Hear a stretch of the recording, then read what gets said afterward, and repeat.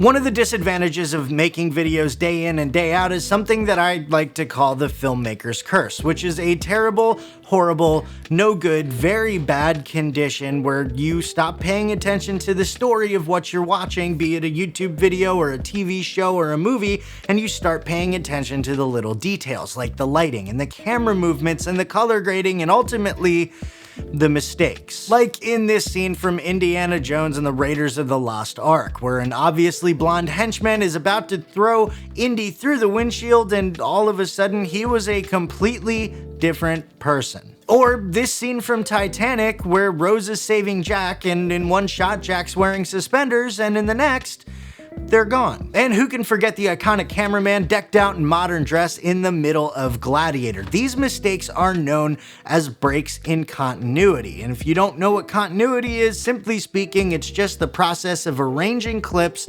in a way that gives consistency to the audience throughout space and time. Basically, the theory is that these types of mistakes like a crew member in modern dress, yet again, on a pirate ship in Pirates of the Caribbean, will break that continuity and that consistency and jar the audience out of the story. Yet, even with these mistakes, a lot of these movies are hailed as some of the best movies of our time. Even The Avengers, which is riddled with disappearing damage throughout the entire movie, is known to have set the bar for the summer blockbuster superhero movie. So that begs the question, were these actually mistakes? Now, rather than dive in and give you my theories on this subject, I figured I'd hunt down some quotes and some evidence from some of the most iconic editors of our time and let you know what they had to say on the matter. Let's start out with my personal favorite, Walter Murch, who edited Apocalypse Now. Apocalypse Now is riddled with continuity breaks. For example, in the dancing show, there are cuts where the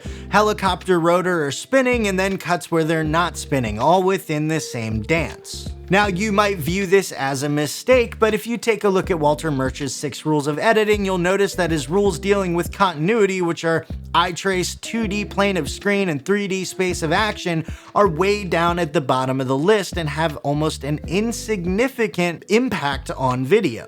According to those 6 rules, what really matters most are emotion, story, and rhythm. And then we have The Wolf of Wall Street, which has a few continuity breaks, including this scene where Leonardo DiCaprio and Matthew McConaughey are sitting in the restaurant, and in one shot, Matthew McConaughey has a napkin and he's wiping his mouth, and then the very next shot, that napkin has mysteriously disappeared. Again, you might think this is a mistake, but Thelma Schoonmaker, the editor of Wolf of Wall Street, says the priority is absolutely on the best take for performance, and frankly, I don't understand why people get so hung up on these issues. It doesn't matter. You know why?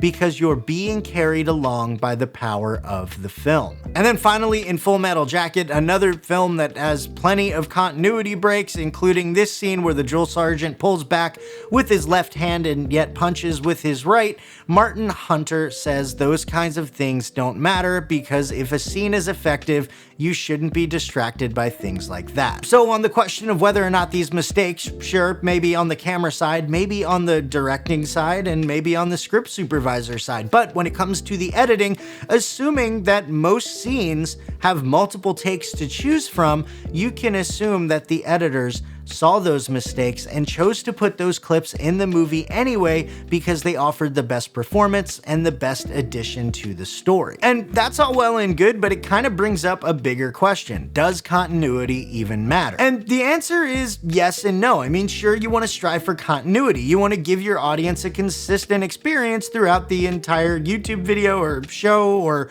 film, but when it comes down to it, if you need to sacrifice continuity in order to tell a better story or elicit the right emotional response from your audience, then continuity is free to be sacrificed. And look, this is as much of a message for me as it is for you. I am the first person who will re-record an entire video because there was a bag of chips in the frame. And that obsession with not making mistakes has given me a whole bunch of problems. For one, when I have to re-record an entire video for something as stupid as a bag of chips, I'm typically not giving it my best performance. I'm frustrated, I'm a little bit out of energy, I just don't want to do it. So the next time you're making a video and you realize that there's a Starbucks cup where there shouldn't be one, or maybe an extra's fly is down, or maybe you just have a few hairs out of place, maybe you should let that go. If you want to learn more about Walter Murch's rule of 6, click here, and for more tools, tips, and tricks that'll make you a better video editor, make sure to subscribe to the channel and hit that bell so you don't miss